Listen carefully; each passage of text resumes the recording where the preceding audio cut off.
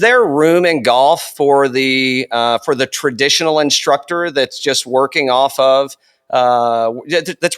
feel, right? The recreational player that's working all feel, and is there can you improve from that? I mean, I think yes, you can, right? Because before technology, obviously people improved, but if I'm not using technology, am I at a disadvantage, or what's your thoughts on that? I think you need to have an understanding of the principles. So you don't need technology. Like if I go to a tour event, I maybe have TrackMan out or Foresight to measure the ball. But then it's go time. Like we're trying to figure out what feels the player have. We know what their tendencies are. How do we get them feeling comfortable that week? So you may talk a lot of feels at that point. And a good instructor, like Butch Harmon's a great instructor, a great coach.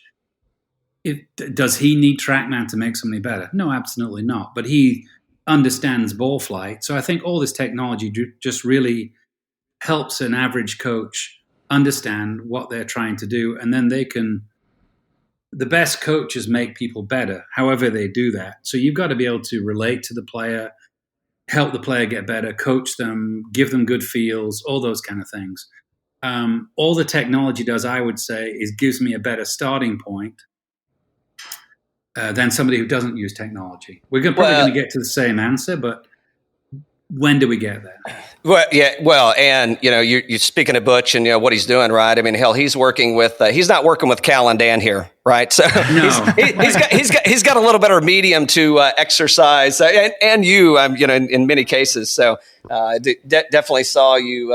You're working with plenty of winners, at the shop there. So and losers. I mean, it's like, think about this game. We lose more than we win. So no matter how good you get, you're going to lose. So if you're not used to, or you're not okay struggling, you're not going to win. I mean, it's just you got to be okay with the bad shit that comes at you. Basically, you got to be okay knowing that you're doing the right things and hang in there when it's not going well. And I think that as a coach is something that you just get more resilient because look, it's the good times are great, but you've got to kind of understand that bad shots are going to happen. How do we hang in, realize you're doing the right things more often than not, and just keep trying to get better? So it's much more about mastery, I would say, for most people than it is, just a one-hit wonderful story and you're out. That doesn't happen very often. Yeah, the game of golf, right? So, hey, you, John, you mentioned principles earlier, and in doing some research on you and listening to you, definitely caught you on Instagram, saw you on YouTube, and you're going through some things. So, again, a recreational player here myself, and Dan is as well. I wouldn't say it is one of the common things that you hear, right? And it's, don't choke the club, right? Easy on the grip. And I was really interested to hear your comments about the grip. So I don't want to steal your thunder. So you want to share? Share? Yeah, good. Yeah, I mean, so the again, that goes back to what you said earlier. We're talking about feels. So the best players say they feel like they're gripping the club quite lightly. But when we test the best players, their grip strength is probably twice the normal human. So for them, gripping it lightly is still pretty intense. One of the players I used to coach a little bit, he's now retired. He was a Champions Tour player. When he shook my hand, I would grab his forearm first before he shook my hand, because otherwise I'm going down to the floor. So like he thought it was funny, and I've got a pretty strong grip strength. And but he would crush my hand. So it's funny the first time. It's funny the first time. The second time I grabbed his forearm, exactly. Yeah. So I'm squeezing as hard as I can, and he's still kind of grinning at me, going, "What's wrong with you?" So that's kind of one of the things that gets a bit frustrating for players, because they're thinking they need to grip the club lightly, and you really don't. Now, everybody listening to this could grip something firmly and still have their wrist move. So there is a difference between, gripping lightly and not being able to, or gripping firmly and not being able to move. You still need flow in your body, which most people could have, but grip strength is a big deal. The longest hitters grip it harder, basically. So yeah, not to belabor, but so you mentioned you mentioned wrists. So when you're saying grip it firmly, you're looking for less wrist flex. Is that the objective? Yeah, if you when you swing a golf club, essentially you're swinging a 1 pound object around your head, and that club doesn't always want to go where you need it to go. So generally speaking, most golfers overuse their wrists and underuse their arms. Their wrists hinge too much. They've heard about lag. They've heard about cracking the wrists and all this kind of thing. Generally speaking, the better players have more arm extension. Their arm radius and the travel of their hands is longer, and their wrists do less. Average golfers, their wrists do more and their arms don't do enough. That's so awesome. They get kind of narrow with the radius. So if you imagine you push your arms away from you and both hands are extended, that's radius. Most average golfers, that radius gets too narrow and the wrist gets too active. So we want the handle to travel as far as it possibly can. And it usually travels for about a second from take back to impact. So if that handle's traveled further in a second, you can hit it further. You couldn't have teed that one up better, because where I want to go next is speed.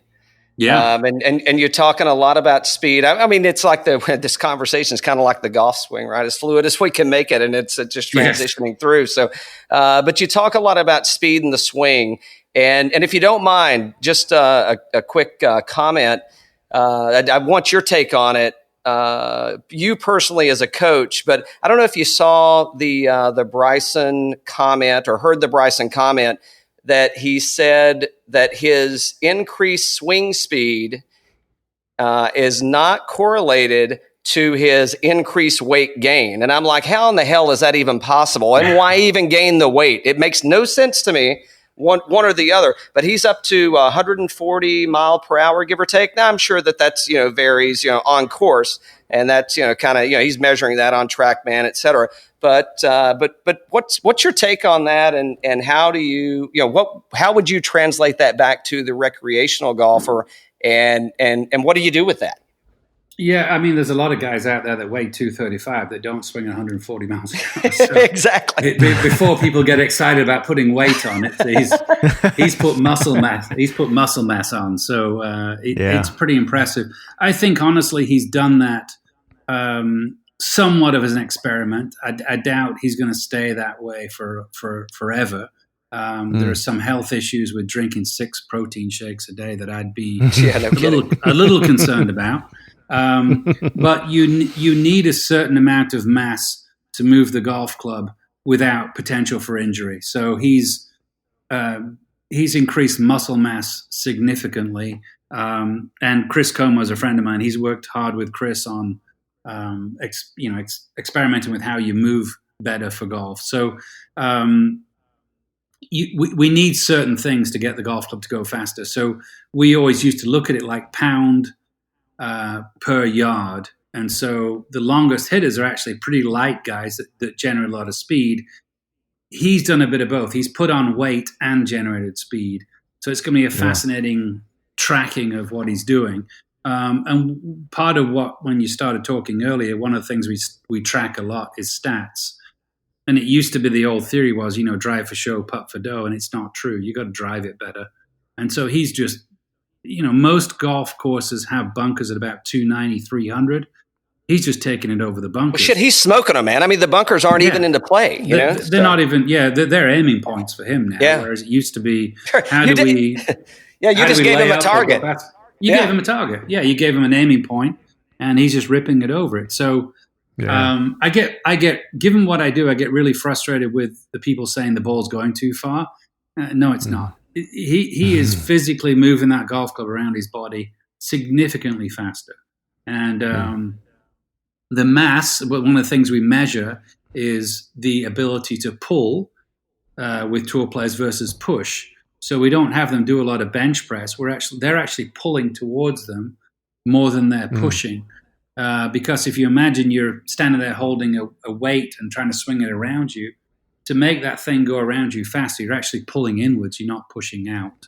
Yeah, I mean, if you're pushing out, you're falling down, right?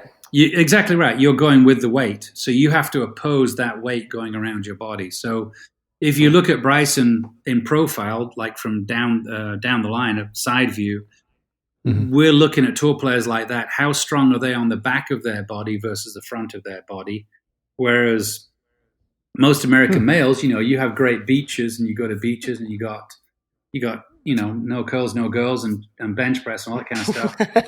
Right. That's not where the tour players are strong. They're strong on the backside of their body.